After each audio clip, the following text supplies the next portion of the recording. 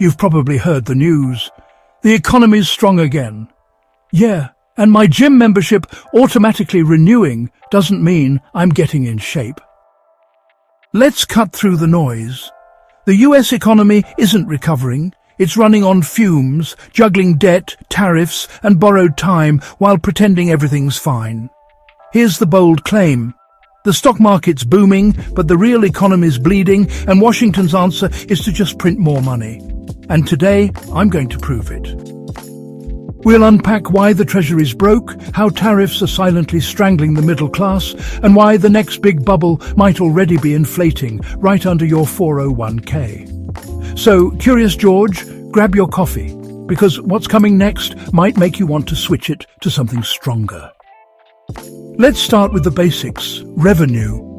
After the government shutdown, the Treasury's been playing catch-up with a maxed-out credit card. They've been funding shortfalls through creative methods. And by creative, I mean tariffs, because nothing says economic stability like charging yourself more for stuff you already buy. Tariffs were supposed to, bring manufacturing home. Instead, they've brought higher prices, lower sales, and angrier consumers. Home Depot, for example, just reported declining sales, even though prices are up. Translation? Consumers are broke, but at least they're broke with better-looking lawns. Meanwhile, foreclosures are up 19% year over year, and bankruptcies have jumped 16%. That's not a soft landing. That's a slow-motion crash with better PR. And while half of US consumption still comes from the top 10% of earners, the lower and middle class are getting absolutely hammered. It's like 90% of Americans are in a group project where only one guy brought his wallet, and he's tired. If you enjoy watching the government fix debt by creating more debt, hit that like button. It's the most affordable investment you'll make this year. Now, about those tariffs, here's the fun part.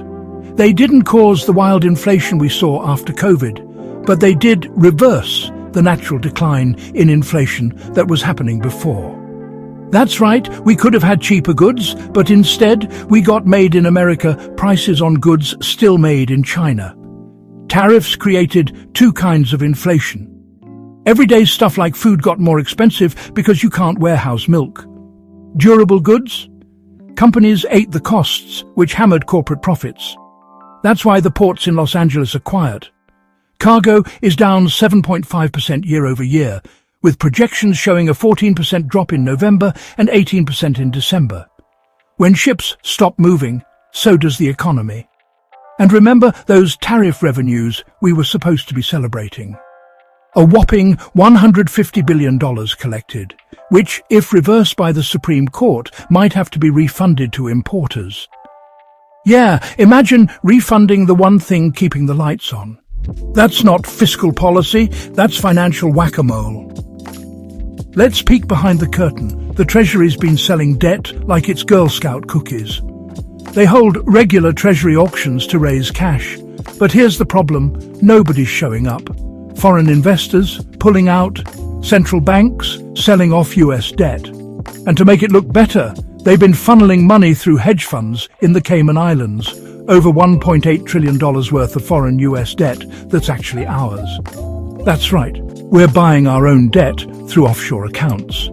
It's like taking money from your right pocket to pay your left hand and calling it foreign investment. The projected deficit? $1.8 trillion. At this point, we're not managing debt, we're hosting it like a live stream. Now, let's talk about a little thing called the basis trade, the Wall Street trick that makes everything look fine until it doesn't. Here's the short version.